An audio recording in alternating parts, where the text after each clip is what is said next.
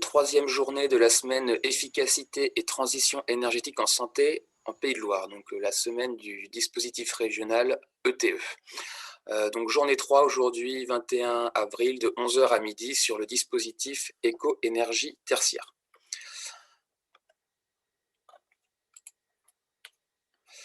Quelques petites consignes rapidement sur les visios. Donc, ce webinaire est enregistré. Merci de couper votre micro et votre caméra pour limiter les mauvaises connexions. Tout ce qui est échange et questions, n'hésitez pas à les poser sur le chat. On y répondra soit en direct, soit en fin de webinaire. Et comme on a dit tout à l'heure, n'hésitez pas aussi à vous identifier avec votre nom, prénom et structure. C'est plus simple quand on sait, voilà, quand vous posez une question comme ça dans la boîte de dialogue, on sait qui la pose. Donc la semaine digitale de l'ETE en Pays de Loire, qu'est-ce que c'est? Donc un webinaire par jour entre lundi et vendredi. Donc lundi, introduction de la semaine et des acteurs. Mardi, hier, il y a eu le fonctionnement du dispositif régional ETE. Aujourd'hui, le dispositif éco-énergie tertiaire. Jeudi, ce sera sur les aides financières. Et vendredi, pour finir cette semaine, sur l'offre de service du dispositif ETE. Alors aujourd'hui en détail, qu'est-ce qui va se passer? Donc, comme évoqué dans le titre, le dispositif éco-énergie tertiaire, l'aspect réglementaire. Ensuite, il y aura un cas pratique. Ensuite, une explication rapide, un focus sur la future RE 2020. Ensuite, l'ANAP nous parlera du groupe de travail réduction des consommations. Puis, on finira par les échanges, questions-réponses et une conclusion à cette journée. Pour cette journée aujourd'hui, donc moi-même, Yuan Leloutre, conseiller en énergie partagée au sein de la MAP. Laurent Bizien, chargé de mission efficience et développement durable à la MAP. Céline Lemasson de la DREAL, notamment filière verte et matériaux biosourcés. Constance Loncel du CEREMA Ouest qui nous fera du coup le cas pratique. Et Olivier Penaud de la NAP qui est chef de projet RSE. Rapidement, sur les inscriptions, c'est la petite intro qu'on fait à chaque fois, mais voilà, donc 86, maintenant plutôt à 90 et plutôt à une inscription de 300 personnes au total sur les 5 webinaires. Donc plutôt voilà, un prorata assez régulier sur chacune des journées. On est sur voilà, environ 30% de centres hospitaliers et 45% de SMS et 30% de autres. Donc conseil départemental et autres agences ou structures. Et on est sur un prorata au niveau des statuts, 49 publics.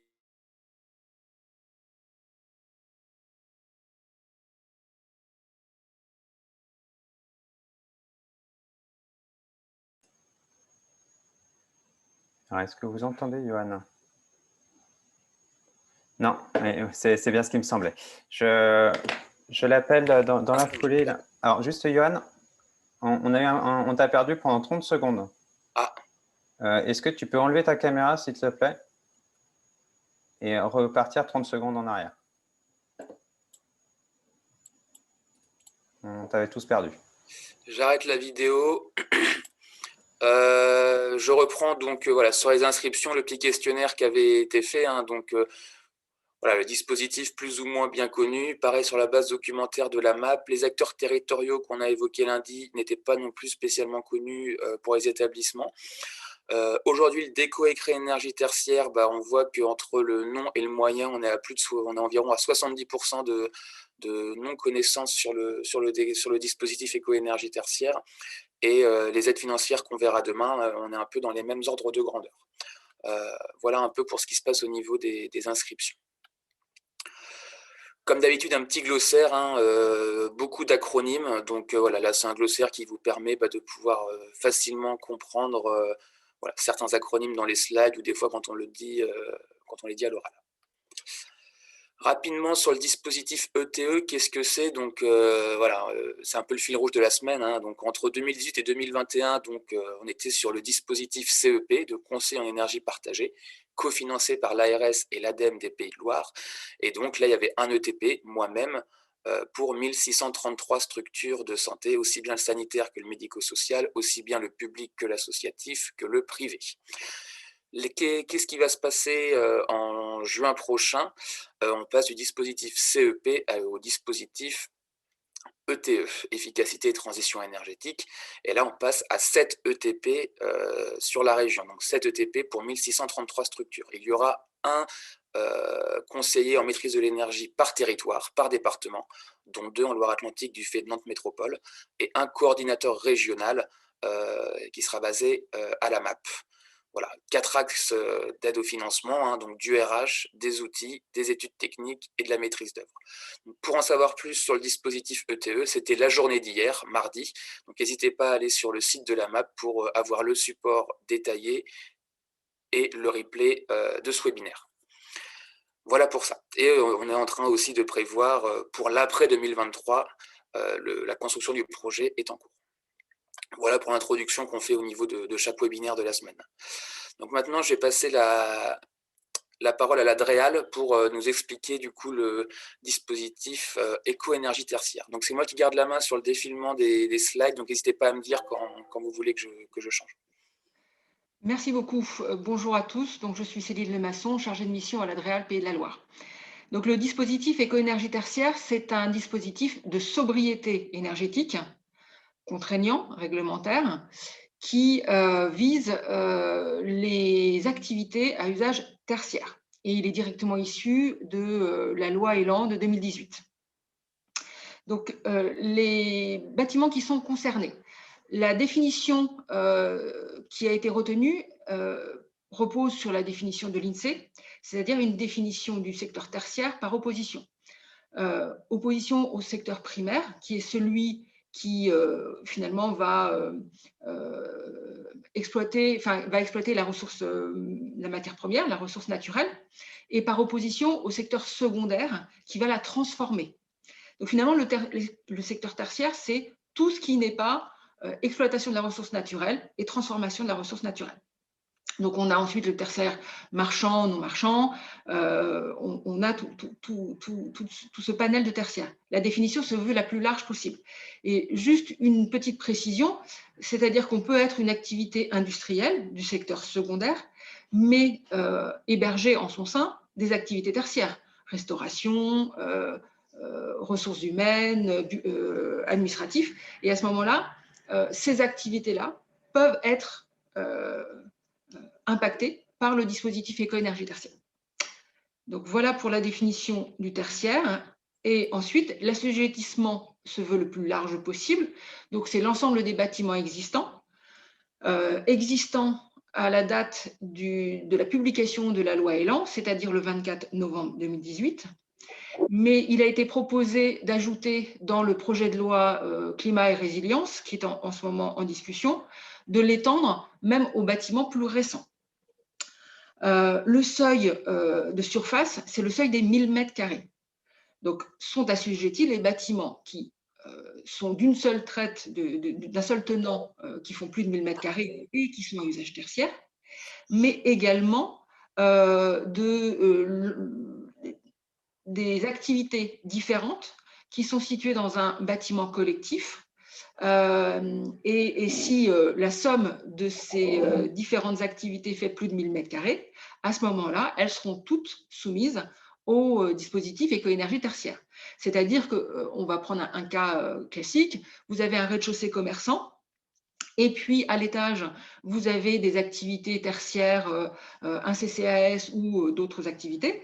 Et bien, à ce moment-là, si l'ensemble de ces surfaces fait plus de 1000 mètres carrés, l'ensemble de ces activités va être soumis au dispositif.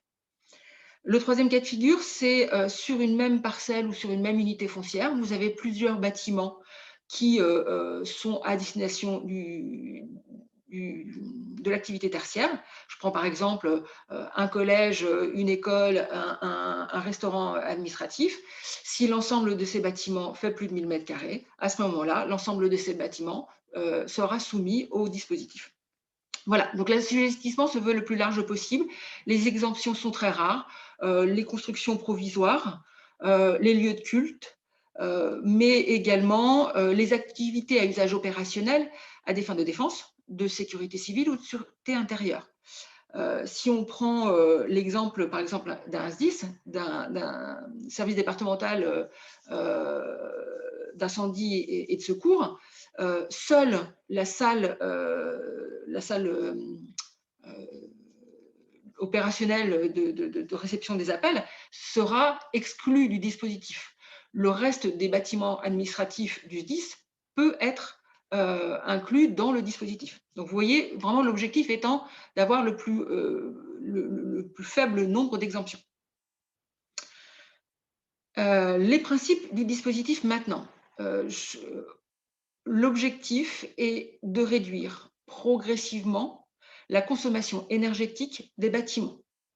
Donc, soit vous avez un bâtiment peu performant et à ce moment-là, vous allez avoir une progression, un premier objectif de moins 40% de consommation énergétique en 2030 par rapport à une année de référence qui peut être antérieure à 2010, moins 50 en 2040, moins 60 en 2050.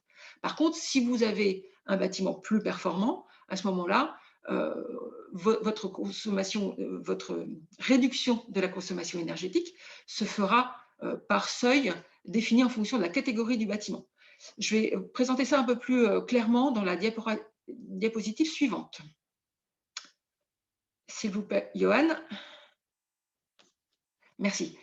Donc, vous voyez, on part du cas numéro 2. Vous avez un bâtiment très récent, construit pour être passif.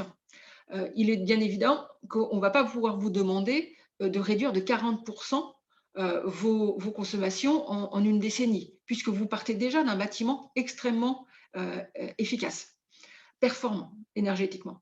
Donc, du coup, votre réduction, elle sera définie selon un seuil par catégorie de bâtiment. Mais l'objectif étant de toute façon qu'à 2050, tout le monde ait atteint le même niveau. C'est simplement la pente est plus forte à partir du moment où vous partez d'un bâtiment très peu performant. Mais quoi qu'il arrive, ce n'est pas à vous de choisir telle ou telle courbe, c'est finalement automatiquement en fonction de vos caractéristiques et de vos consommations que l'on vous indiquera quelle courbe vous allez devoir suivre. Johan ? Voilà. Donc, les différents leviers d'action, je le disais tout à l'heure, on est sur un dispositif non pas de rénovation énergétique, mais un dispositif de sobriété énergétique.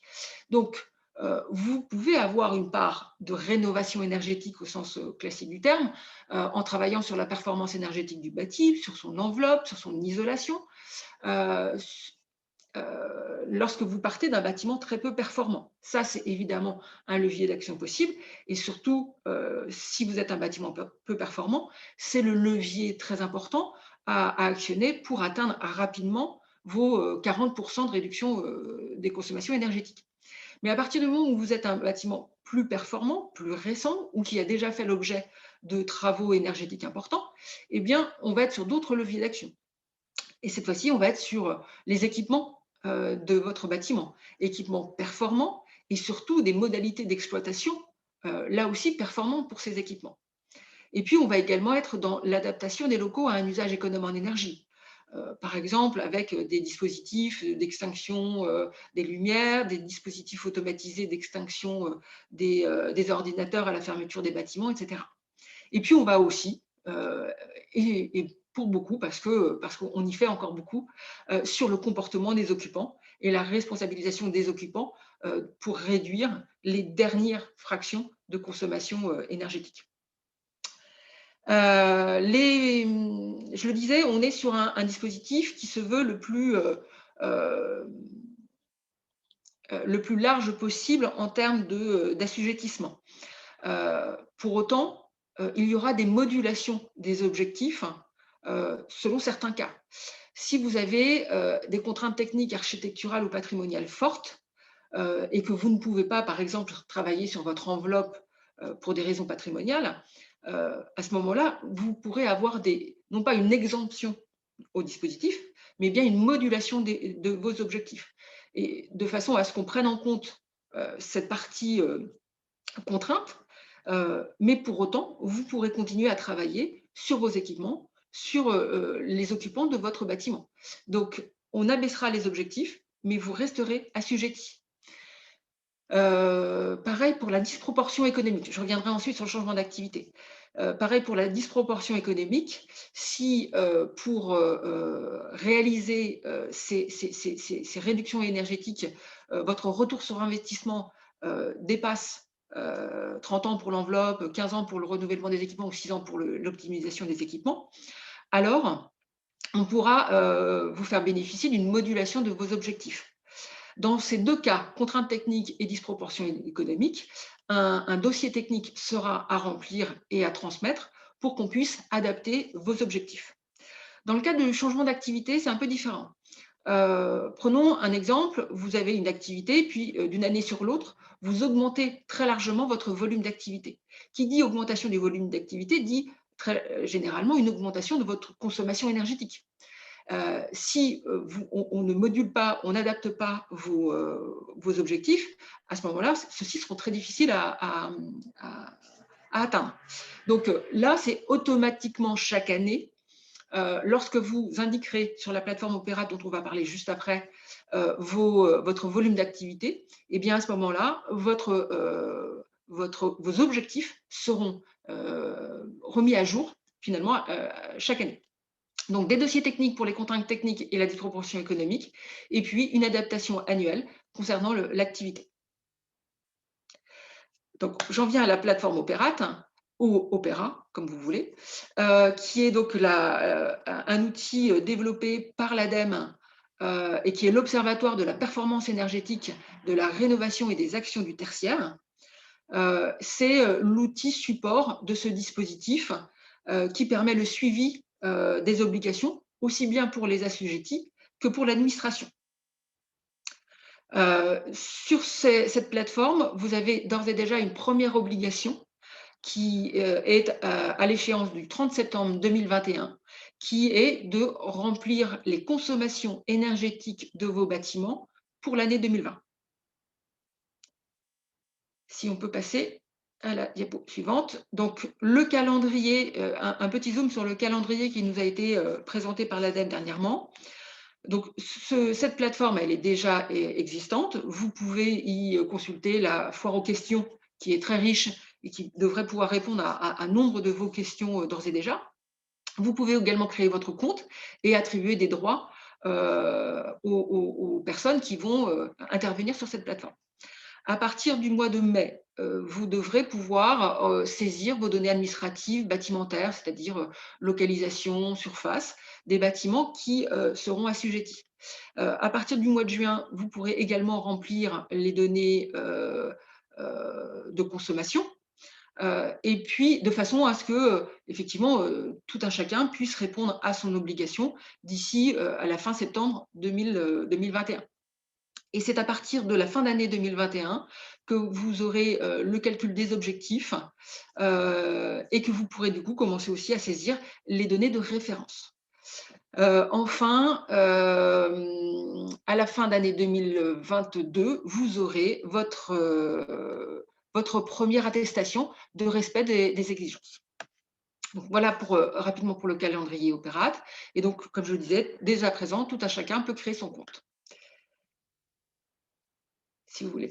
Voilà, donc la plateforme Opérate, c'est la plateforme de suivi et de mobilisation des acteurs où vous pourrez, on l'a dit, au 30 septembre 2021, indiquer les consommations 2020.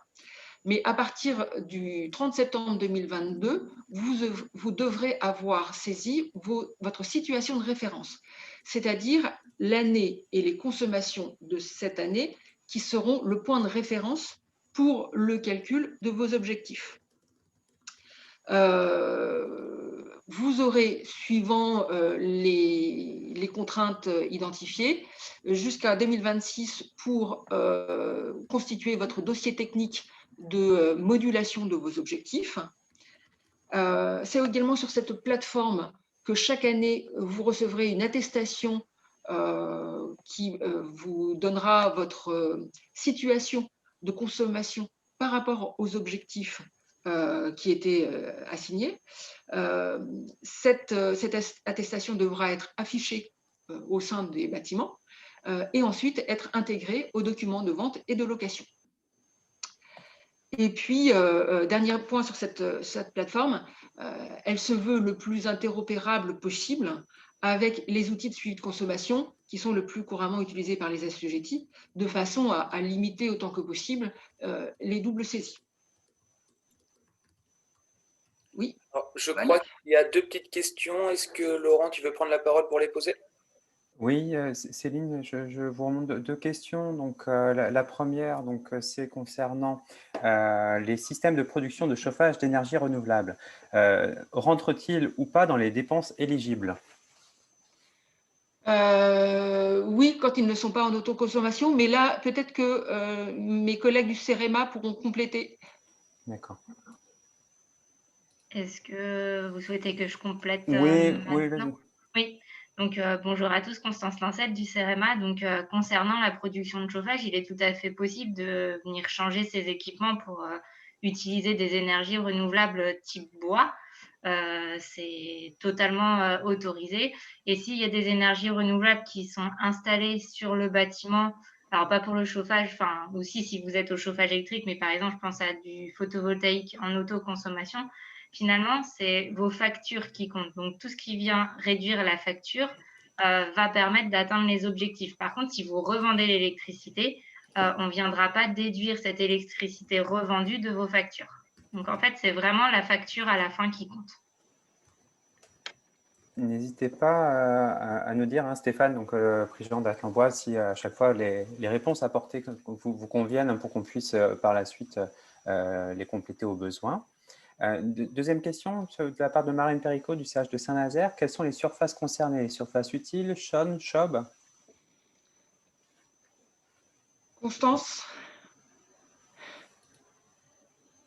Pardon, j'avais pas remis mon micro. Donc, c'est bien la surface de plancher qui compte. Donc, vous avez la définition qui est fournie dans les arrêtés. Enfin, en remontant un petit peu, en fait, c'est dans le CCH, donc dans le Code de la construction et de l'habitat, que la définition est donnée. Vous êtes, enfin, c'est compris entre la chaîne, la surface utile, mais c'est la surface de plancher qui compte pour les 1000 mètres carrés. Je ne vais pas Merci. détailler le calcul parce que je vais y passer un peu de temps, mais voilà, globalement, vous retrouverez toutes les infos utiles dans les textes. Très bien, merci Constance. Et puis une petite dernière question.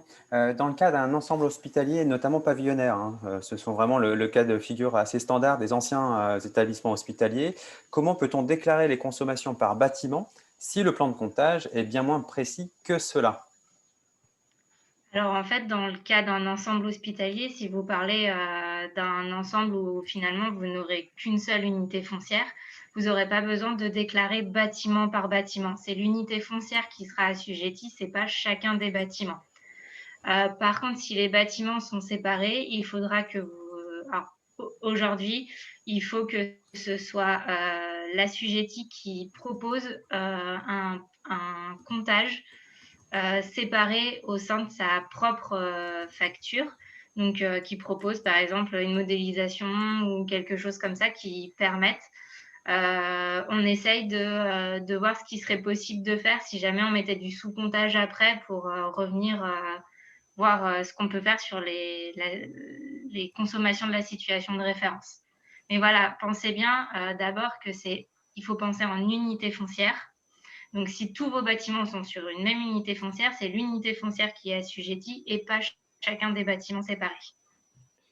Merci Constance. Sachant qu'on le rappellera, mais le dispositif d'efficacité et transition énergétique, tel qu'on vous le présente aujourd'hui tout au long de la semaine, a vocation à vous aider aussi dans cet accompagnement. On sait que vous partez d'un temps T0 sur la connaissance de votre patrimoine d'une part, de vos consommations d'autre part, avec peut-être en effet une absence de sous-comptage là où il pourrait y en avoir besoin. Et toute l'ambition de ce dispositif efficacité et transition énergétique dans le cadre de dispositifs éco-énergie tertiaire, on va y arriver, en l'occurrence, c'est de vous octroyer des moyens, notamment de ressources humaines, mais aussi d'outils et d'instrumentation pour les établissements qui seront candidats au dispositif régional ETE pour garantir peut-être des points de sous-comptage complémentaires. Ça veut dire vous outiller de façon complémentaire pour avoir des relevés plus fins au besoin pour que vous puissiez remonter ces éléments bâtiment par bâtiment si tel est le souhait, non pas dans le cadre d'Opérate, hein, comme on vient de le dire, mais dans le cadre de l'action d'efficacité et transition énergétique. Alors, on a peut-être encore une ou deux questions avant de laisser le déroulé se faire, parce que ce dispositif pose beaucoup de questions, donc on va essayer d'y répondre, hein, c'est l'objet. J'ai un nouveau bâtiment depuis mars 2021, donc pas de consommation en l'occurrence en 2020. Est-ce que je déclare zéro en consommation? Mais est-ce qu'il a été construit et livré depuis 2021 parce que s'il est aujourd'hui, s'il a été livré en 2021, il n'est pas soumis, puisque sont soumis aujourd'hui sont soumis les bâtiments les bâtiments produits à la date de la publication de la loi Elan en 2018. Les bâtiments plus récents ne seront soumis que si la proposition faite dans le cadre du projet de loi climat et résilience soit conservée jusqu'à la publication de la loi. Je pense que ça répond à d'autres interrogations, en effet, de personnes qui sont naturellement dans cette même configuration avec des nouveaux bâtis. Donc, en effet, ce qu'on peut retenir, c'est après publication de la loi Elan, donc en fin 2018, les bâtiments ne sont pas concernés, hormis ce que vous venez de dire, Céline. Très bien. Voilà, pour l'instant. Pour l'instant, tout à fait. Il peut y avoir des évolutions et nous serons avec la DREAL et le CEREMA les interlocuteurs côté MAP pour vous relayer ces évolutions, si évolution il y a. Je vous propose de continuer, si vous voulez, sur le déroulé à présent. Donc, en fait, le déroulé était terminé. Juste quelques ressources pour vous répondre à probablement beaucoup des questions qui vont encore voir le jour. Donc, les différents textes réglementaires sur lesquels vous pourrez revenir. Et puis, ensuite, la foire aux questions dont je parlais sur le site d'Opérate, plusieurs documents de communication et d'explication, et puis un MOOC, c'est-à-dire une formation en ligne qui va voir le jour dans les mois qui vont venir et qui sera à disposition et accessible gratuitement. Voilà, moi j'en ai terminé. Oui, donc les contacts régionaux et départementaux au sein des services déconcentrés du ministère de la Transition écologique sur les questions de dispositifs éco-énergie tertiaire. C'est ma collègue Muriel Labonne qui est la référente, raison pour laquelle je réponds difficilement aux questions techniques. Personnellement, je suis en charge plutôt de la réglementation environnementale 2020 dont on va parler juste après et des matériaux biosourcés et géosourcés pour la construction. Merci beaucoup Céline pour cette introduction, pour cette explication même du dispositif éco-énergie tertiaire. Du coup, maintenant, je vais passer la parole à Madame Lancel du CEREMA. Donc, je fais juste un petit changement de support. Et en attendant que le changement de support se fait, pour Constance et Céline, il y a des questions encore sur le dispositif éco-énergie tertiaire dans le chat. On y veillera à y répondre si c'est possible dans la rubrique questions-réponses en fin de séance. Et puis si ce n'est pas le cas, on reviendra vers vous par la suite pour répondre à vos interrogations. Ouais, c'est parfait. On peut y aller si vous êtes prête. C'est parfait. Vous voyez mon écran, c'est bon, il n'y a pas de souci? C'est bon. On voit bien. Parfait. Donc, du coup, l'idée, voilà, Céline Lemasson vous a présenté le dispositif comme il est inscrit à l'intérieur des textes de loi, hein, ce qui fait foi. Et au CEREMA, nous, on a réfléchi un peu à des étapes, méthodes et outils sur, maintenant que j'ai toutes ces informations réglementaires, comment est-ce qu'on peut s'organiser pour mettre en œuvre le dispositif éco-énergie tertiaire et atteindre les valeurs réglementaires.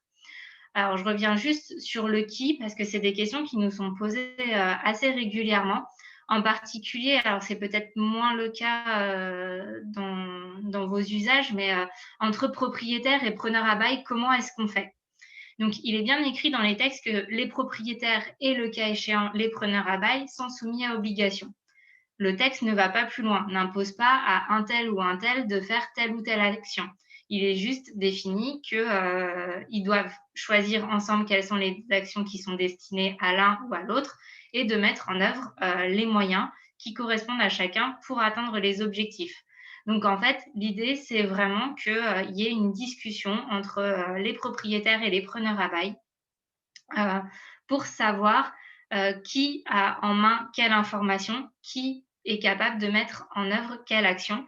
Et ça peut être l'occasion, par exemple, de revoir le bail du bâtiment pour bien inscrire à l'intérieur du bail qui est en charge de quoi.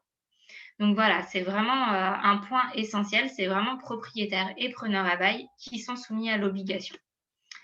Comment est-ce que maintenant qu'on a toutes ces informations, on peut mettre en marche le dispositif? Donc nous, on a imaginé un triptyque entre agir, adapter et attester. Et en fait, je vais vous présenter un peu le déroulé que l'on peut envisager de mettre en œuvre pour arriver au dispositif éco-énergie tertiaire.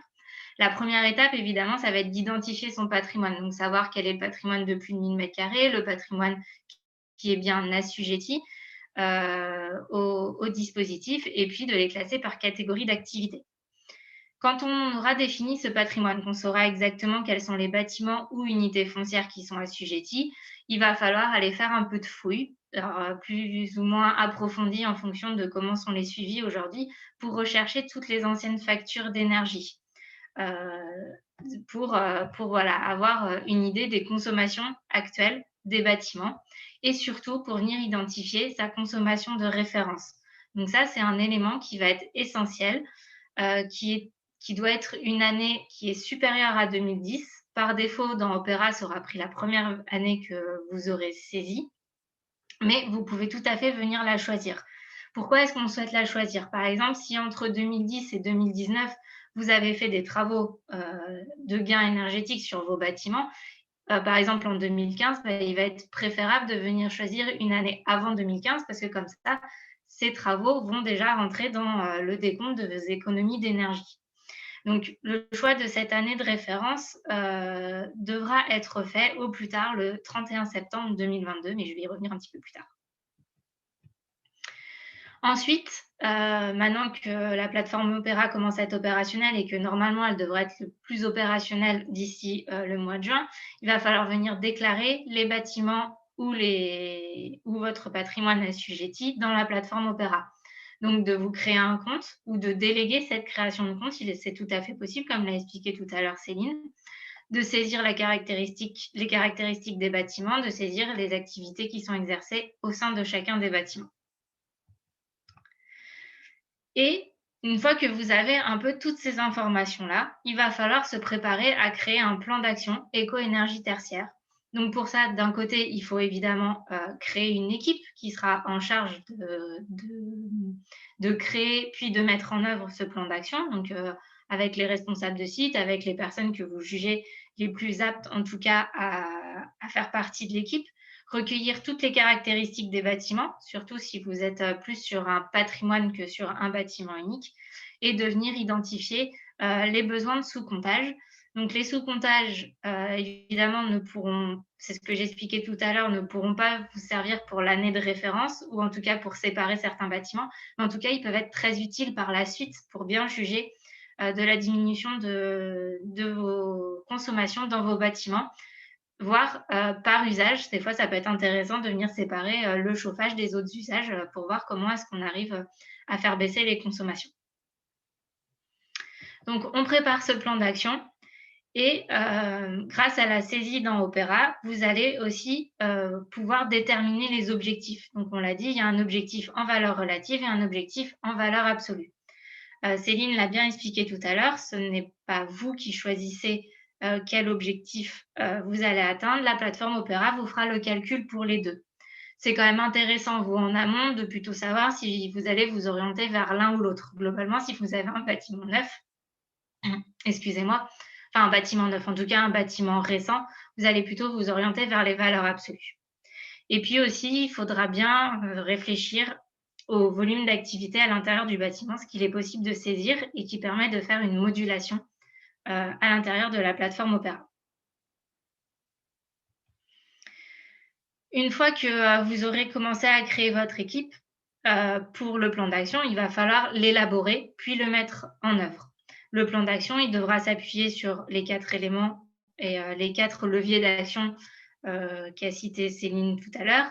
Donc, tout ce qui est travaux sur l'enveloppe, travaux sur les équipements, leur régulation, mais aussi la partie usage et occupants. Donc, on crée ce plan d'action, on commence à le mettre en œuvre. Et évidemment, quand on va le créer, on va se poser la question, est-ce qu'on va arriver à atteindre les objectifs qui sont prédéfinis? On se rend compte que oui, donc par de la modélisation, on s'en rend compte aussi parce que du coup, la plateforme Opera, tous les ans, va vous donner un peu la tendance, on se rend compte qu'ils sont atteignables, pas de problème. Si on se rend compte assez rapidement, même des fois dès le plan d'action, que les objectifs ne vont pas être atteignables, il va falloir s'assurer que le plan d'action utilise tous les leviers pour atteindre les objectifs. Et si on est sûr d'avoir agi sur tous les leviers et qu'on se rend compte qu'on ne peut toujours pas atteindre les objectifs, on va envisager la modulation. Donc la modulation pour des questions architecturales, patrimoniales, la modulation pour des questions de coût. Et comme l'a expliqué tout à l'heure Céline, il faudra avoir déposé un dossier technique qui est parfaitement décrit dans les arrêtés sur la plateforme Opera 5 ans avant la date d'échéance. Donc pour la première échéance qui est à 2030, le dépôt devra être fait le 30 septembre 2026, puis ensuite 30 septembre 2036 et 46 pour les échéances à 2040 et 2050. Dans le cadre où vous souhaitez faire une modulation, ce dossier technique, il sera déposé sur la plateforme Opera. Quand vos objectifs prédéfinis sont atteignables, vous avez fait votre plan d'action, il n'y a pas de format spécifique imposé par les arrêtés. Par contre, il faut que quand même, et vous n'êtes pas obligé de venir déposer votre plan d'action sur la plateforme Opera. Par contre, il faut quand même avoir un document qui puisse justifier si jamais la préfecture venait vous demander un peu des comptes sur ce que vous avez fait, envisagé et des travaux qui sont réalisés. Donc ça, c'est bien aussi inscrit au sein de l'arrêté. Il est possible qu'il y ait des contrôles voilà, sur les plans d'action.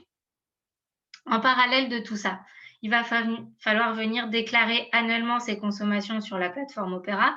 Donc, la première déclaration est à faire au 30 septembre 2021 pour les consommations de l'année 2020 et à chaque fois au 30 septembre de l'année N pour saisir ces données de l'année N-1.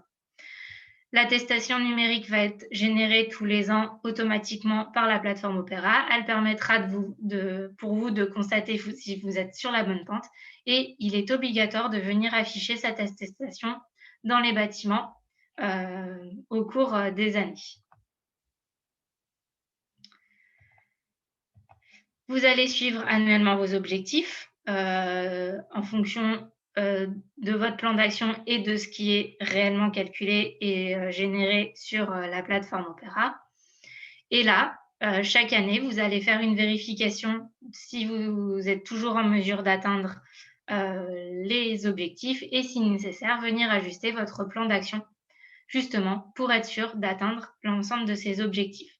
Donc voilà un peu la démarche que l'on peut mettre derrière tous ces textes réglementaires pour se dire voilà, je lance les choses et je vais atteindre mes objectifs. Je vais vous présenter là 2-3 post-it juste pour mettre un peu en regard toutes ces actions et qu'est-ce qu'il faut faire. Qu'est-ce qu'il faut ou qu'est-ce qu'il est intéressant de faire. Alors, donc, le qu'est-ce qu'il faut faire, c'est les actions qui sont soulignées dans les petits post-it. Donc, au 30 septembre 2021, il aura fallu créer son compte sur Opera et avoir saisi la consommation 2020 des bâtiments assujettis. Ça, c'est une obligation. Le reste, comme nommer un pilote, créer son équipe, recenser son patrimoine, récupérer ses données et commencer à établir son plan d'action, c'est des actions où on vous conseille plutôt fortement de faire, qui ne sont pas obligatoires, ce n'est pas écrit noir sur blanc dans l'arrêté, mais en tout cas, pour atteindre les objectifs, c'est quand même essentiel vraiment d'engager votre action, votre plan d'action le plus rapidement possible. Au 30 septembre 2026, s'il y a un besoin au 30 septembre 2022 d'abord, donc il y aura une obligation d'avoir saisi l'année de référence et d'avoir saisi les données de l'année N-1, donc de l'année 2021, et puis de poursuivre l'établissement du plan d'action et de commencer à envisager la demande de modulation qui, je le rappelle, doit être déposé sur le site Opera avant le 30 septembre 2026. Pour essayer de mettre un peu en lumière tout ce que je viens de vous présenter, on a 3 petits cas. Alors ce ne sont pas des cas réels, hein, ce sont des choses parce qu'aujourd'hui, voilà, la mise en œuvre du dispositif éco-énergie tertiaire, il y a assez peu d'entités qui sont allées aussi loin, mais voilà, un peu nous, ce qu'on a imaginé comme exemple. Par exemple, la première étape, ça va être de s'organiser. Donc, par exemple, au sein du centre hospitalier, ça va être de définir les surfaces qui sont assujetties, d'avoir rassemblé toutes les factures d'énergie. Mais en amont de tout ça, il aura fallu créer une équipe, donc savoir qui est en charge de valider les décisions et comment est-ce qu'on constitue l'équipe. Donc, par exemple, les décisions peuvent être validées par le chef du service bâtiment du site, et l'équipe peut être constituée du responsable logistique et d'un comptable qui sera en mesure de fournir les factures énergétiques. Et puis ensuite, donc, on récupère toutes les informations sur les surfaces, toutes les informations sur les factures d'énergie, on valide l'année de référence au sein de l'équipe et on crée son compte sur Opera. La validation de l'année de référence doit être faite au plus tard septembre 2022.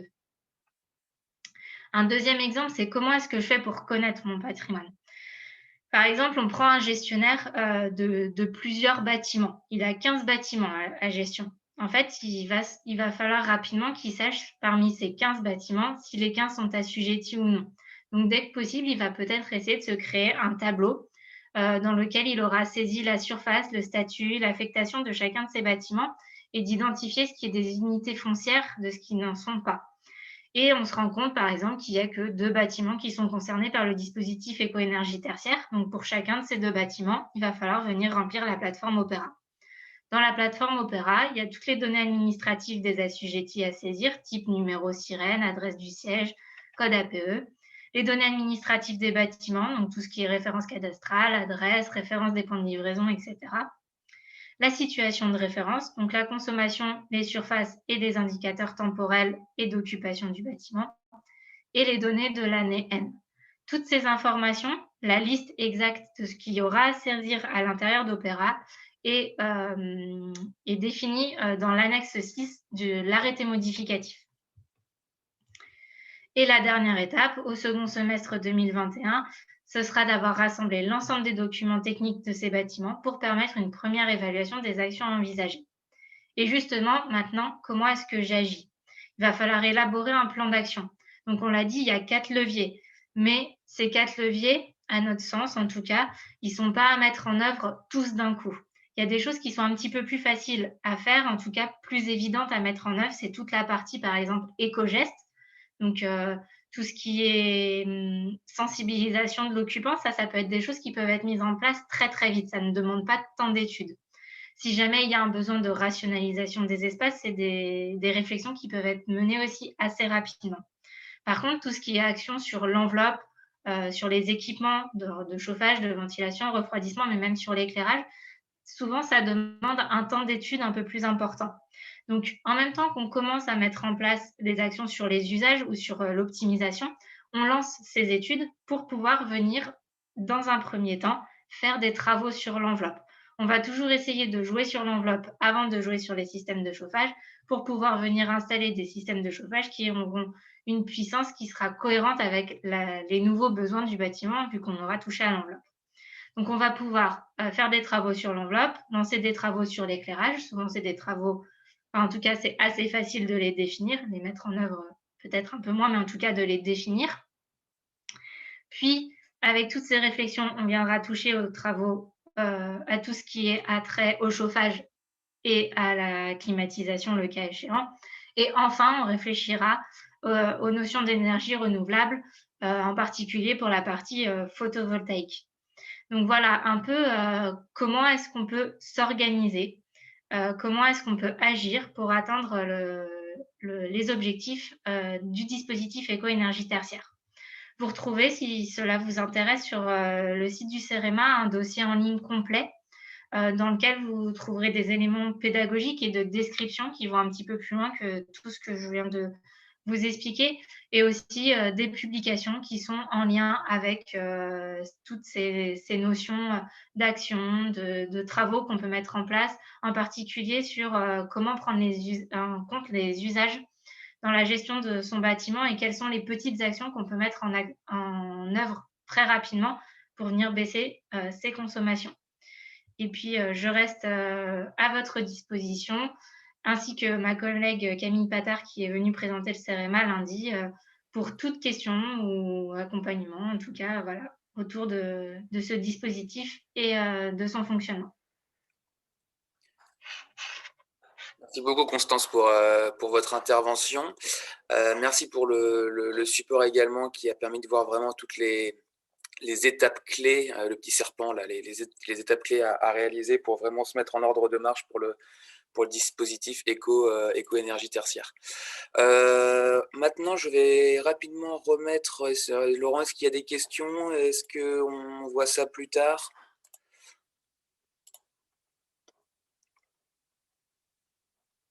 Bon. Pardon, je ne retrouvais pas mon micro, excusez-moi. Non, il n'y a pas de questions. Enfin, il y a des questions, on y répondra plus tard. Par contre, on a un décalage, on a 5 à 10 minutes de retard, donc je vous laisse la suite. On a un petit peu de temps, on va sûrement déborder un petit peu, mais voilà, ça valait le coup quand même, je pense, de passer un petit peu de temps sur l'aspect réglementaire et le cas pratique. Du coup, là, je redonne la parole à l'Adréal pour faire un focus rapide sur la future RE 2020. Oui, alors on va faire très rapide puisqu'on a déjà un peu de retard et puis qu'on sort du cadre du dispositif éco-énergie tertiaire. Jusqu'à présent, donc la RE 2020, on sera bien sur de la construction neuve, c'est la future réglementation pour la construction neuve, là où le dispositif éco-énergie tertiaire est bien sur de la rénovation ou tout du moins sur du patrimoine déjà bâti. Jusqu'à présent, on était sur la RT 2012, qui était une réglementation thermique, donc qui travaillait sur l'enveloppe du bâtiment et sa consommation énergétique, et on passe à une réglementation environnementale 2020. Et donc, en plus de l'aspect énergétique, on va aussi s'intéresser à l'aspect carbone, aux émissions de gaz à effet de serre d'un bâtiment tout au long de sa vie. Donc, c'est ça la grande différence entre les deux réglementations. Donc, les trois ambitions et objectifs phares de cette réglementation environnementale 2020, donc on repart on commence malgré tout sur la performance énergétique, comme dans la RT 2012, mais on va plus loin que la RT 2012, avec un abaissement des besoins en énergie de 30% par rapport aux exigences de la RT 2012. Ça, c'est dans la continuité, en allant plus loin que la RT 2012. Et ce qui est vraiment nouveau, ce sont 2 points. Donc, la réduction de l'impact sur le climat des bâtiments neufs. Et là, on entre en résonance avec les exigences de la stratégie nationale bas carbone qui vise à une décarbonation complète du bâtiment d'ici 2050. Et donc, la RE 2020 entre en résonance avec la stratégie nationale bas carbone. Et donc là, un nouvel indicateur impact carbone va être créé et il sera plus exigeant, un peu comme le dispositif éco-énergie tertiaire. On ira vers plus d'exigences au fur et à mesure des années jusqu'à 2031. Et la première période étant une période d'appropriation. Le troisième objectif est un objectif lié aux conditions climatiques futures, de façon à avoir des bâtiments qui restent confortables en période de canicule. Et là, c'est aussi un apprentissage de la RT 2012 qui a eu un peu pour effet de créer des enveloppes très fermées et qui résistaient mal au chaud l'été. Donc, c'est là avoir des conditions de refroidissement passive pour avoir des bâtiments climatiquement confortables. Le carbone, c'est ce que je vous disais. Pour l'instant, on est uniquement sur la maison individuelle et sur du petit collectif, avec des seuils d'impact carbone à respecter entre 2022 et 2031. Sur la première période 2022 à 2024, on est sur des seuils qui sont globalement équivalents à ce qu'on fait aujourd'hui en construction, parce qu'on est sur une période d'appropriation et qu'on ira vers des seuils plus progressifs et plus exigeants dans les années qui vont suivre. Je vous disais progressivité parce qu'il faut laisser aux filières et à l'ensemble des acteurs du bâtiment la capacité de se mettre en ordre de marche, aussi bien pour les filières biosourcées comme le bois, pour limiter au maximum l'import de matériaux, sinon on va perdre le bilan carbone que l'on recherchait. C'est aussi une nouvelle façon de construire. Ça va avec beaucoup plus grande mixité des matériaux que jusqu'à présent. Et donc, il faut intégrer ces nouveaux modes constructifs dans les cursus de l'enseignement des métiers du bâtiment, depuis l'architecte jusqu'aux apprentis. Donc là aussi, ça demande du temps. Et puis, c'est aussi une révolution culturelle pour les promoteurs et les constructeurs de maisons individuelles. Donc là, il faut aussi du temps d'apprentissage. Et pour les matériaux biosourcés plus particulièrement, eh ben c'est vraiment une période de structuration des filières pour répondre justement à ces besoins de massification que peuvent avoir la promotion immobilière. Et on a en ce moment sur le territoire des Pays de la Loire pas mal d'expérimentations qui visent justement ce changement d'échelle dans la construction biosourcée et dans l'intégration de ces matériaux dans la construction. On a des travaux sur des usines de préfabrication de murs béton bois de chanvre qui sont notamment portés par la CAVAC en Vendée. On a des travaux sur, alors c'est un peu technique, hein, mais sur la normalisation des complexes de murs bois et paille pour du petit collectif. Là, on est sur une ZAC à Nantes. Et puis, on a aussi des travaux qui visent à solutionner en fait les problèmes assurantiels sur le réemploi de la terre crue lorsqu'on est sur des terres d'excavation pour une réutilisation immédiate sur chantier ou sur un chantier avoisinant, parce que les terres d'excavation, c'est un gisement énorme qu'il faut prendre en compte dans la construction de demain.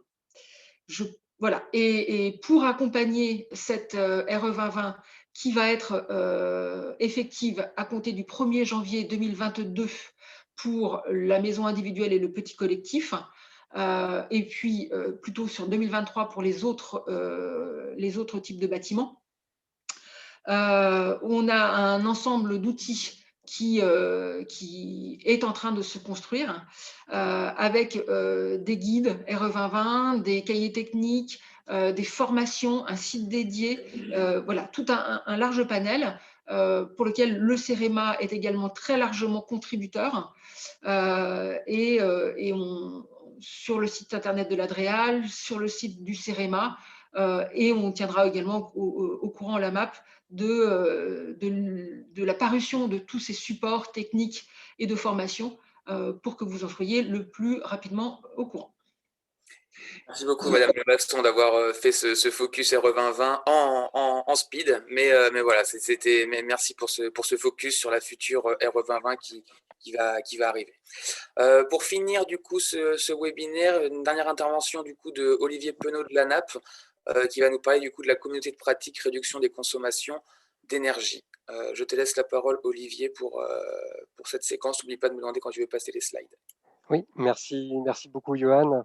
Donc, le temps a un petit peu passé et je dois vous annoncer ce qui arrive. Donc, il va y avoir un partage de 6 visuels, 6 cours visuels, mais qui font quand même pas mal suite aux propos de Madame Lemasson et de Madame Lancel. Et du coup, c'est intéressant. L'idée, c'est de vous raconter une histoire.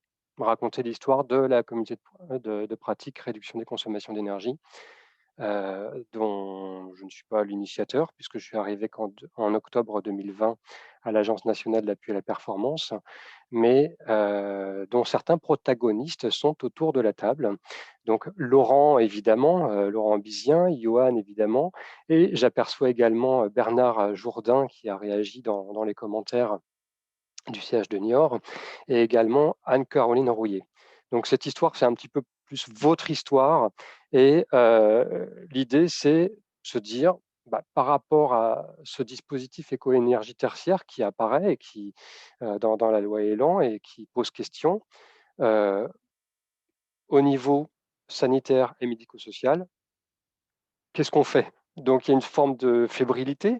Je ne sais pas si parmi vous, certains découvrent ces dispositifs, mais on voit que de ce qui a été présenté par Madame Lemasson et Madame Lancel, il y a beaucoup d'outils, beaucoup de considérations à avoir en tête. Donc, la communauté de réduction des consommations d'énergie visait à partager avec les professionnels de la santé ces difficultés-là. Donc, tu peux passer, Johan, s'il te plaît. L'histoire, je vais vous la raconter en 4 points. Donc, la communauté de pratique, ensuite les partages de constats pour le secteur. Qu'est-ce qu'on a constaté? Qu'est-ce que les professionnels de la santé ont constaté? Du coup, comment y répondre? Comment agir méthodologiquement par rapport à ça? Et comment aller plus loin ensemble? Les communautés de pratique à l'Agence nationale d'appui à la performance, à l'ANAP, on appelle ça résolution. Là, on va parler de la communauté de pratique réduction des consommations énergétiques, mais il y en a sur différents sujets qui sont soulevés par les professionnels de la santé. Donc, pour ceux à qui ça pourrait parler, le tableau de bord médico-social, par exemple, le sujet autonomie hors les murs, l'article 51, et puis sur la RSE notamment, il y a un sujet sur le gaspillage alimentaire et la dénutrition patient. Bref, il y a ces sortes d'espaces qui sont là pour que, en chambre, on puisse partager, échanger et un petit peu défricher des sujets qui présentent des difficultés ou qui méritent une attention particulière. Là, la communauté de pratique sur la réduction des consommations d'énergie, il y avait quand même cette obligation réglementaire qui a constitué un premier focus, mais l'idée, c'était d'aller peut-être un petit peu plus loin que uniquement répondre à l'obligation réglementaire. Alors, tu peux passer, Johan, s'il te plaît.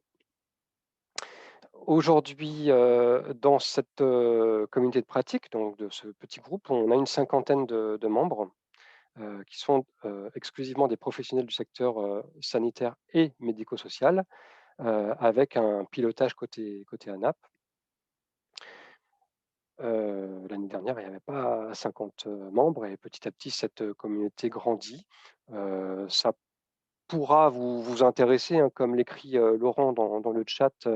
Vous avez accès, si vous êtes professionnel de la santé, à cette structure. Après, c'est vrai que toutes les ressources qui vous sont mises à disposition avec la territorialisation de la problématique à échelle Pays de la Loire, votre point d'entrée est également évidemment la MAP.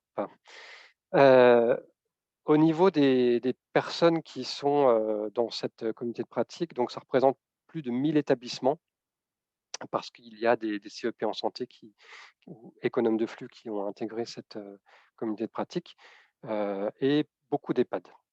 Du coup, les messages que l'on peut partager au sein de la communauté sont vraiment des messages de questionnement conformes aux questions qui ont pu se poser dans le chat, notamment avec la question des surfaces qui a été pas mal posée et qui est revenue.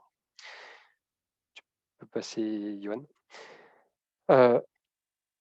On a bien entendu les différents messages avec l'obligation réglementaire et on a quand même envie de partager certains constats au niveau du secteur. Parce qu'on voit cette obligation réglementaire arriver, mais qu'en est-il et d'un EHPAD à un autre, on n'a pas forcément connaissance du dispositif. Donc, il y a vraiment nécessité de travailler cette question ensemble. Et le décret tertiaire, certains conseillers en énergie partagée nous disent plus de 80% des établissements ne le connaissent pas. Donc déjà, il y a une grosse importance à la sensibilisation et la prise de connaissance de ce sujet. Et peu d'établissements connaissent leur consommation d'énergie. Il y a dans les constats partagés le besoin d'un partage de méthodologie pour répondre aux obligations sous la plateforme Opera et pour engager les réductions.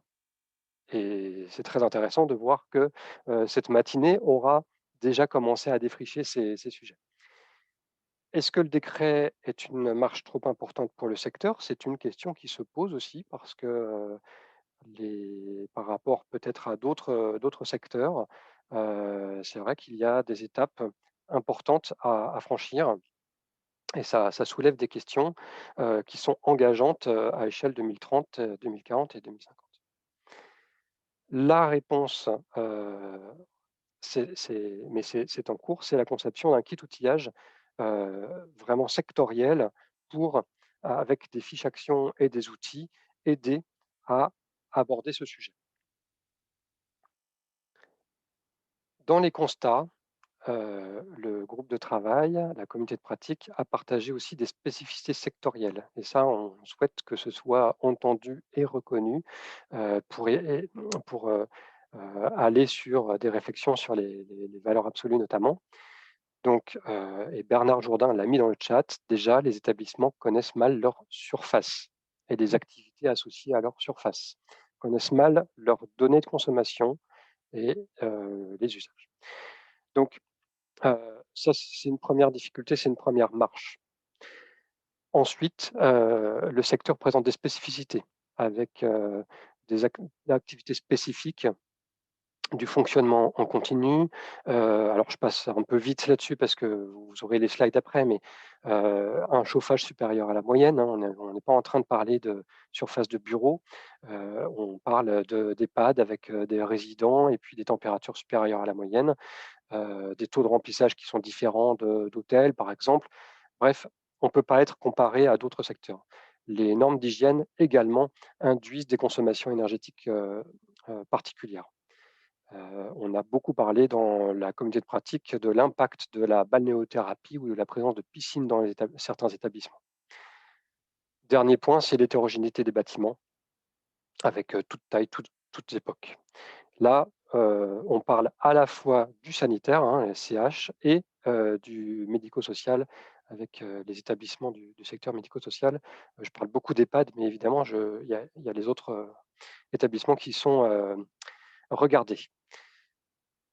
Dernier point de constat, c'est les déterminants de consommation sont difficiles à identifier. Qu'est-ce qui fait qu'on va pouvoir, pour un établissement ou un autre, dire que je suis en surconsommation, que ma consommation est correcte, que va m'apporter un travail, puisque ça a été mentionné par Madame Lancel, sur les éco-gestes. Est-ce que ça va m'apporter 7 à 15 % d'économie d'énergie, comme on a pu en parler avec Johan notamment?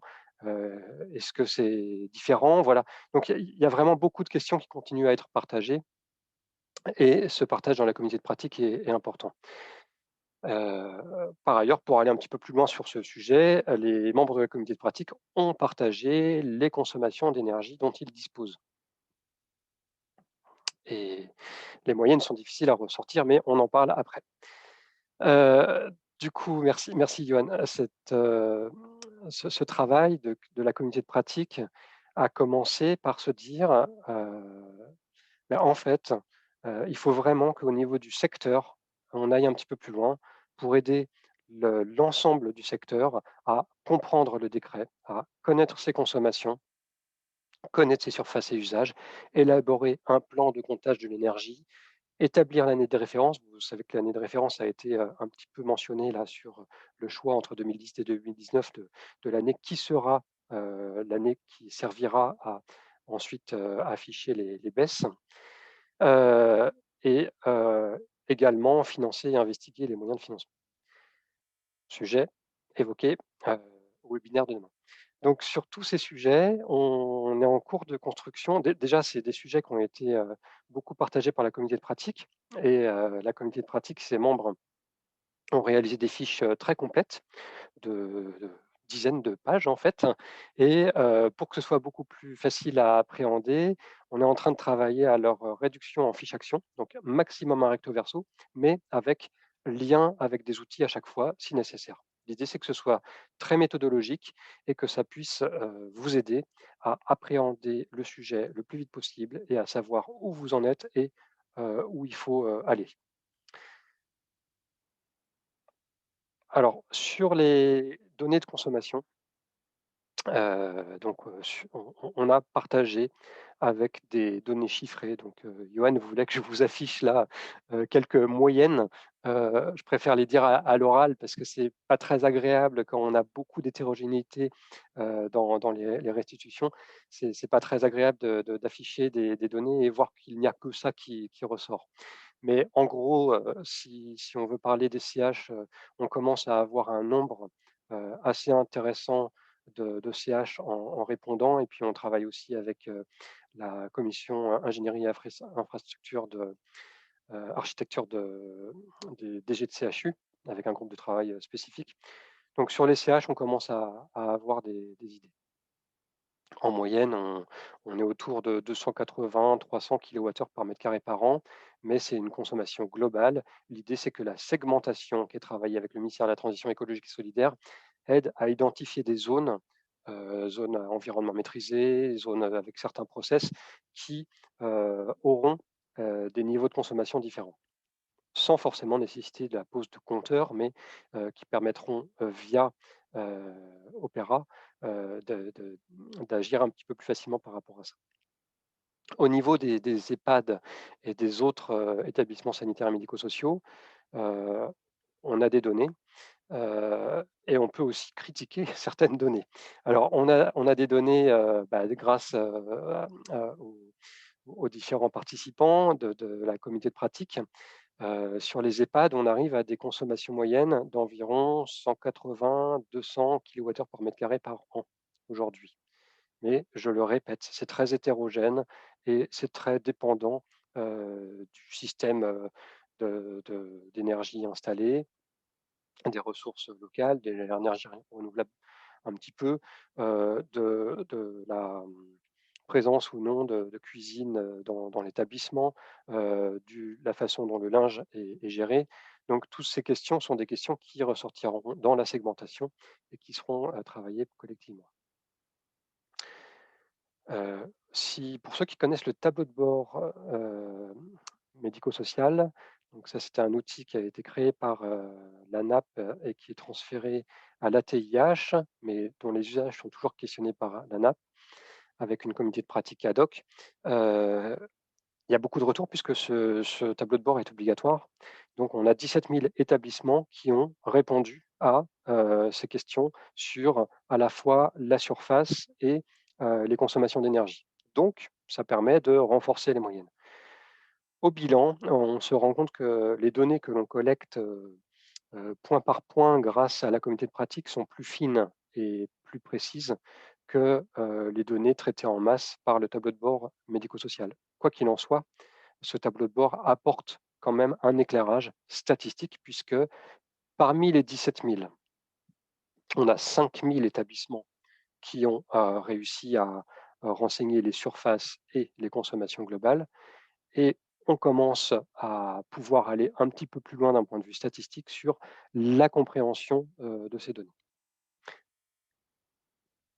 On comprend aussi qu'il y a des difficultés sur la remontée des données, puisque quand on demande une donnée en kilowattheure, c'est souvent uniquement l'électricité qui est renseignée, alors qu'il peut y avoir à côté de ça des mètres cubes de fuel ou des normaux-mètres cubes de gaz, et malheureusement, ils ne ressortent pas forcément dans les données. Bref, on a encore besoin d'aller plus loin sur la compréhension des déterminants de consommation, la compréhension des consommations d'énergie, et donc on a besoin de recueillir d'autres consommations et de partager ensemble pour aller plus loin. Je crois que c'est la dernière slide. Du coup, cette communauté de pratique, elle a bien cet objectif de répondre à cette exigence qui arrive du décret tertiaire, mais elle questionne aussi le schéma directeur immobilier et elle questionne la stratégie globale de l'établissement par rapport à ses objectifs moyen et long terme. Comment on s'assure que dans le long terme, on va agir correctement vis-à-vis de cette question de l'énergie. Voilà, merci beaucoup. Désolé, je ne sais pas si... Merci beaucoup Olivier pour ta présentation. Non, tu n'as pas dépassé. On a dépassé, nous, au global de 6 minutes exactement, entre 11h05 et midi 12. On s'en excuse pour ces 6 minutes de décalage, mais voilà, je pense que tous les sujets valaient quand même le coup d'être développés. Est-ce que Laurent, il y a des Questions, échanges, est-ce qu'on prend encore un petit peu de temps? Comment tu vois la chose? Oui, alors peut-être répondre sur les questions du dispositif éco-énergie tertiaire. Je vous propose de donner suite par la suite parce qu'on a quand même une présentation de Céline sur la partie RE 2020. Alors, il y a deux interrogations sur la partie RE 2020. Je trouve intéressant de les formuler. Tout d'abord, la question de Hadja. Donc, la RE 2020 s'applique-t-elle pour la réhabilitation ou la transformation de bâtiments des années 1980 ? Point. Ces réhabilitations auront lieu dans les années à venir, précise-t-elle. Alors, la RE 2020, on est sur de la construction neuve. Donc, construction neuve ou agrandissement, mais pas réhabilitation. Merci. Quand on est en réhabilitation, il y a deux choses. Il y a la RT, enfin, je ne sais pas s'il y aura d'autres termes, mais il y a la RT, ça s'appelle la RT existant ou la RT, Par élément. la RT existant et c'est global ou par élément. Voilà, en fonction du type de travaux. Voilà, c'est pas une réglementation, c'est que sur du neuf, effectivement. Autre remarque ou question de Stéphane Prigent d'Atlambois. Présenter la RE 2020 dans la présentation du dispositif éco-énergie tertiaire cherche-t-elle à nous dire d'essayer de choisir des matériaux biosourcés dans les projets de rénovation? Exemple, pour les travaux d'isolation avec du polystyrène serait potentiellement moins efficace pour l'environnement que de le faire avec une boîte de cellulose. Alors j'ai commencé à répondre dans le chat. Est-ce que Céline voulait compléter? Oui, alors effectivement, là, il faudrait vous poser à vous, puisque c'est vous qui avez décidé effectivement d'inclure la présentation de la RE 2020 dans ce dispositif rénovation. Quoi qu'il arrive, il est évident que penser matériaux biosourcés en rénovation, penser décarbonation en rénovation est toujours également une très bonne idée. Alors, une très bonne idée pour l'environnement globalement, une très bonne idée pour la qualité de l'air intérieur, puisqu'on est quand même la plupart du temps sur des matériaux beaucoup moins émissifs en COV, raison pour laquelle, d'ores et déjà, dans les maisons médicales, dans les bâtiments de la petite enfance, ce sont des matériaux en isolation, en revêtement de sol, en peinture, sans COV qui sont largement utilisés par les maîtres d'ouvrage et les maîtres d'œuvre sur ces bâtiments de type santé ou accueil petite enfance. Donc là, pour la qualité de l'air intérieur, c'est vraiment des matériaux très importants. Et puis, on parlait de la capacité à avoir des bâtiments confortables, même en été, des isolants très denses qui sont en capacité d'avoir une action de déphasage sur la chaleur, c'est-à-dire entre le moment où elles absorbent la chaleur au pic de midi et le moment où elles la rejettent, il peut se passer entre 8 ou 12, 13 heures suivant les matériaux. Et du coup, on arrive sur des périodes nocturnes où on peut avoir un rafraîchissement naturel plus facile.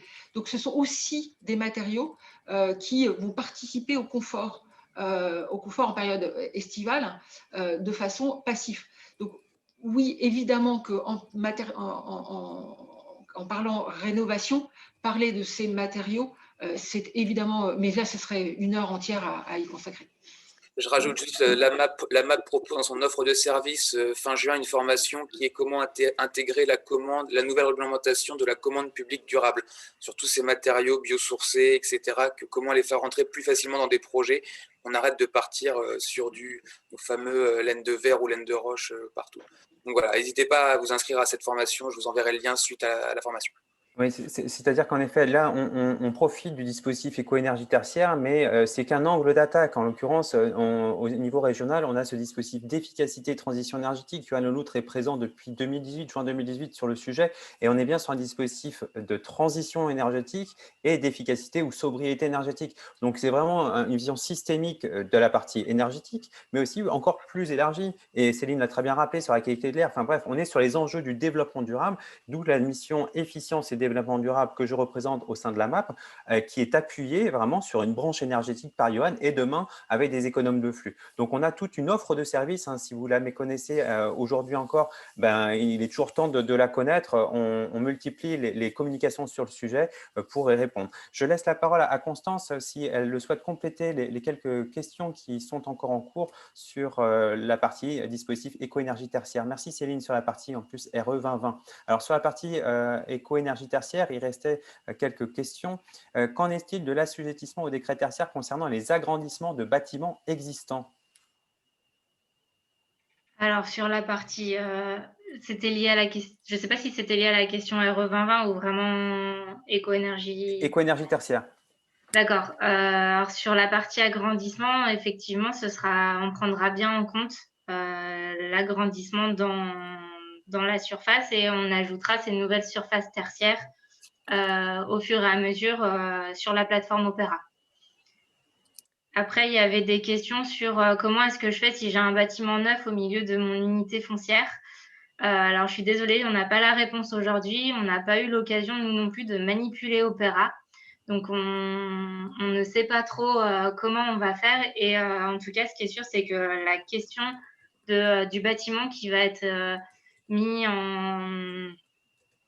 qui va consommer plus en 2021 parce que on a eu le cas dans des écoles, par exemple, ils ont été obligés de réutiliser des nouveaux espaces pour pouvoir écarter un peu, enfin voilà, trouver plus d'espace pour les élèves. Comment est-ce qu'on faisait quand on avait ce bout de bâtiment qui ne consommait pas, qui d'un seul coup va se mettre à consommer? Aujourd'hui, pour l'instant, je n'ai pas encore la réponse. Et j'ai vu passer aussi une question sur je suis gestionnaire de 2 EHPAD, donc qui sont dans 2 quartiers différents. Donc, si les 2 EHPAD font plus de 1000 m², ce sont bien les 2 bâtiments qu'il faudra déclarer. Donc, si c'est vous qui êtes en charge de faire la déclaration sur Opéra, il faudra que vous déclariez les 2 bâtiments séparément. Ça ne peut pas être une unité foncière. Une unité foncière, c'est comment ça s'appelle? C'est des morceaux de cadastre qui se suivent les uns les autres, mais dès qu'il y a une route qui les traverse, on n'est plus dans le cadre d'une unité foncière. Donc, alors, je pense que la question va venir au sein des CHU, comment on fait? Est-ce qu'on considère que c'est une route, pas une route? Je n'ai pas la réponse, hein. Un jour, on l'aura certainement, mais pour le moment, on ne l'a pas. Donc, voilà, les 2 EHPAD doivent être saisis dans Opéra séparément. Et au sein d'une même unité foncière, c'est la même année de référence pour tous les bâtiments. Donc, d'où l'importance de bien la choisir. Très bien. Merci Constance. Alors, il y a d'autres interrogations. Malheureusement, on ne va pas pouvoir répondre là tout de suite. Alors, je préfère qu'on passe juste à la conclusion, quitte à rester encore en ligne pour les personnes qui le souhaitent, pour avoir leur réponse tout de suite, pour qu'on puisse conclure pour l'ensemble des participantes, parce qu'on est en train de tomber en termes de participants. Je laisse Johan conclure et puis on reste en ligne par la suite quelques instants. Très bien, donc effectivement pour conclure cette journée, donc déjà merci à tous les intervenants, intervenantes, participants et participantes. Donc voilà, c'est la fin de la journée 3 dispositif éco-énergie tertiaire. Et donc voilà, il reste demain aide financière avec l'ADEME, les certificats d'économie d'énergie, ce que proposent les AODE, syndicats des énergies, et les prêts et l'intracting de la Banque des territoires. Et vendredi, pour finir la semaine, l'offre de service du dispositif ETE avec voilà, des explications générales et le contenu envisagé. Restez connectés, donc n'hésitez pas à vous inscrire à la newsletter de la MAP avec le lien. N'hésitez pas à regarder l'offre de service de la MAP. L'offre de service, c'est des webinaires, des formations, des accompagnements. Il y a plein de choses, donc allez jeter un œil.